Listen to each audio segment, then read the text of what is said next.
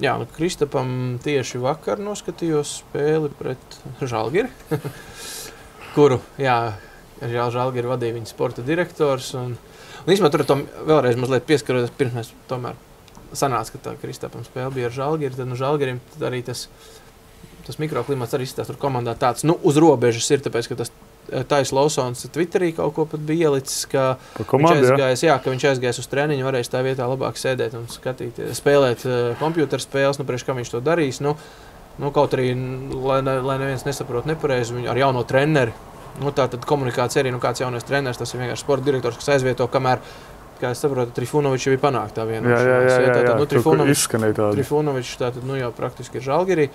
Cik ilgi? Jā, nu tas cits jautājums. Tur es paskatījos pusgadu. Katrs treneris pusgadu bijis. Jā, pusgadā var nopelnīt. Un citi ir bijuši, Butauts bija 3 mēneši, un pārējie tur plus mīnus pusgadu ir bijuši. Nu, ja mēs izņemam vasaras, teiksim, tukšos mēnešus ārā, tad tā sanāk. Lūk, un tā kā, jā, nu, Kristaps, nu, nospēlēs, nu, īstenībā vienu no labākām spēlēm, vakar tieši pret Žalgiri, nu, vienu no labākām spēlēm, ko es viņam, es pat teiktu, nu, grūti man atcerēties, kad viņš tiešām tāds... Jā, bet tā spēle pret Panathinaikos, tā pirmā spēle, ja viņš būtu iemetis tos savus metienus... Jā, bet viņš neiemet. Jā, tur tā lieta, ka es skatījos, kaut vai divi viņa metieni būtu iekrituši. Tur tā spēle arī varēja būt pavisam savādāk. Viņš savus metienus met pēc pick and roll uzreiz gāja augšā ātrais metiens. Arī tas mačs Grieķijā notika un Panathinaikos tomēr ir stiprāk par Olimpiakos un skaidrs, ka viņi arī, protams, būs viena no favorītiem. Var jābūt, ka viņi ieskriesies un arī šogad, teiksim, var vinnēt to visu, bet, nu, kā es teicu... Nu, kā tev vispār Unikahs spēle? Unikahs, nu, Vakar viņam bija tāda mazliet samocīta, īpaši uzbrukumā. Kaut kas uzbrukumā neklikšķēja. Zinu, man tieši tas pats likās, kad arī es vakardienas spēli tehniski iemesls dēļ nevarēju redzēt pret Panathinaikos. Viņiem ir tā, ka viņiem tas bardaks uzbrukumā. Viņiem nestāv pa pozīcijām, kad, piemēram, cilvēki nav stūros, bet ir pacēlušies augšā un sāk veidoties čupa.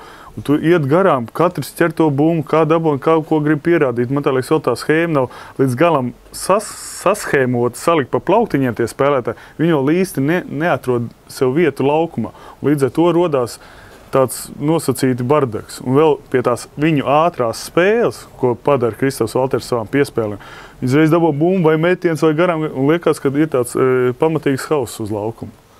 Mazliet, bet es domāju, ka atkal tur ir spēlētāji, tur ir savāk ļoti labi līmeņi, garais gals vispār tur. Freelance, Garbahosa, tas bosnietis Nenats Sinādzevičs, tā laikam bija pareizi viņam uzvārds, 2,28 viņam ir augums, un tā kā, un Zoričs, tā kā, nu, garais gals ir ok, viņiem saspēles, nu, teiksim tā, par viegliem uzbrucējiem tur tāds jautājums vēl pagaidām ir tā. Nu labi, tad mēs par to Kristapu Valteri paši. Jā, bet Kristaps pats, nu, es saku, viņam viena no labākām spēlēm, ko es pāris viņam liekas redzējis, 20 punktu, labi precizitātes, 7 piespēles, aizsardzībā viņš arī diezgan pārķerts būs, 3 minūtes spēlē.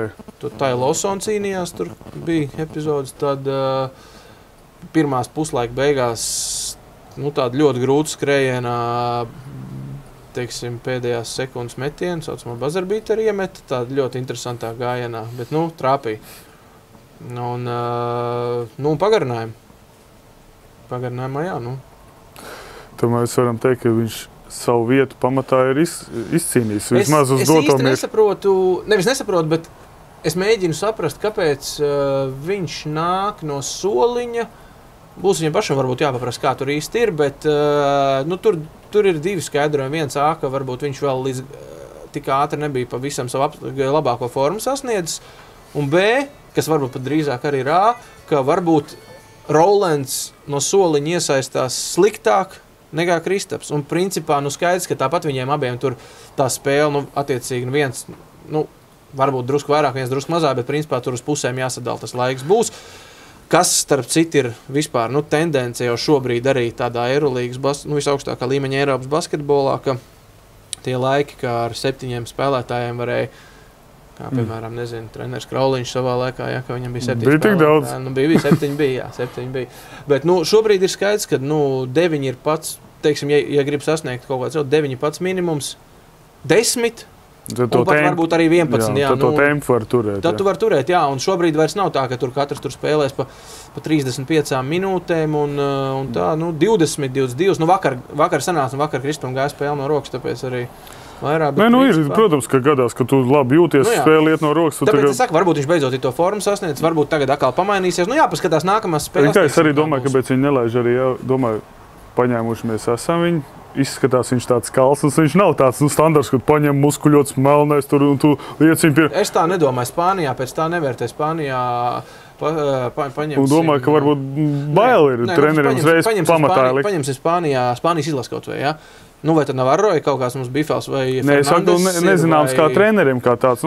Treneris viņu ļoti labi zināja. Zināja, jā, bet viņš kā komandā tajā sastāvā iekļaujās, tomēr tu uzreiz neliks tajā pamatā. Varbūt arī tīri psiholoģiski. Tas iemesls, kāpēc Kristaps pārgāja uz Malagu, jo viņš viņam pirms tam bija treneris Fuenlabradā.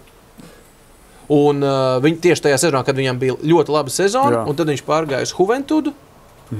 Un tur gadījās, laikam, Sito Alonso, kas tagad ir Lagunaro, kur varēja Freimans būt, bet neaiziet, tāpēc, ka tas Sito Alonso esot tāds savdabīgs treneris ar krietni savādāk uzskatu. Spānijā vispār par latviešiem ir diezgan labas tādas. Tāpēc, kad latviešu spēles stils kaut kur mazliet viņiem laikam liekas līdzīgs viņējiem, un tāpēc viņiem, teiksim tā. Gudri spēlē? Nē, es teiktu, tas ātrais basketbols ar akcentu uz tiem daudzajiem metieniem, jā, tas tomēr kaut kur ir. Tikai tas, ka viņiem izpildīt. Mēs jau arī neesam saķēpājuši savu vārdu. Jānis kaut vai Kristaps. Pēdējā laikā nē, bet pirms tam, Kaspars Bērziņš, Kaspars Ciprus. Ciprus pat nebija tik traki, viņš jau tur... Jā, bet viņš neparādīja, teiksim, tās ekspektācijas, kas uz viņu tika liktas, viņš viņus neattaisnoja. Pēc tam tur Bērziņš ar 2 saviem piegājieniem. Tātad garos mēs tur nevaram izsūtīt, kas ir 2-10, tad tu nevar sūtīt. Arī tā, teiksim, tāds stereotips varbūt arī nav, bet, labi, es tev jokoju. Nē, es saku, bet jebkurā gadījumā tas ir viņa treneris, tas ir treneris, kas gribēja noteikti Kristapa komandā. Un līdz ar to es domāju, ka viņam jau Kristaps ļoti labi pazīstams, un tā kā, jāuzpras arī viņam pašam būs, kas tur īsti ir. Un varēja būt, ka tūlītās nākamās visas spēles viņš arī sāks pamatā, un tas bija vienkārši kaut kāds, brīdis, kamēr viņš iegāja. Tiešām varbūt arī viņa kolēģis labāk jūtās sākuma sastāvā un nekā nākt uz mājiņu, jo tas melniem ir, liekam, ļoti būtiski. Būt pirmajam. Nepavēlt savā laikā Papa Lukas bija labākais sastāvs spēlēs, un vienlaicīgi viņš bija Eiropas MVP, bet viņš nekad nesāk. Tāpēc, ka ir jau arī svarīgi. Būtiski ir tas, lai tev no soliņa 1, 2, varbūt pat 3 spēlētāji ir tie, kas tev vēl iedod papildus tādu grūdienu, papildus to kvalitatīvo rāvienu. Nevis tikai kā minimums notur vai pat mazliet atlaiž. Jā, tas 6. nāk, lai būtu vēl tas, kā savulaik bija Ventspilī. Nāk maina, tur nāk virsū Snaipers Purnis, vēl citreiz Vītols uznāk, un jūs saka, Haidī, pret 5 atsitāmies, tad tur nāk vēl vecogars nāk virsū, viss tie paši var iemest. Ka 10 spēlētāju rotācija, tas jau šobrīd vairs nevienu nepārsteidz, un 22, 25 minūtes, tas ir jau, teiksim, 27, jā, vairāk. Tu nevar izturēt vienkārši pie tā. Par to arī Jānis Blums arī stāstīja. Viņš saka, 5 minūtes, 6 viss man ir bļoda, respektīvi, ka nav vairs spēka. Un katrā ceturdaļā un tad arī treneris tā arī konsekventi viņu maina 5, 50, kā iet spēle, 6 minūtes un maina nost. Jo, saprot, to ātrumu izturēt nevar. Ko? Tad mēs Kristapam Valteram novēlam arī veiksmi. Turpmāk, Turpināt arī Spānijas čempionātu, kur viņi ļoti labi iesākuši. Priecēt mūs, visus skatītājus, un tad gaidām nākamās ULEB kārtas spēles.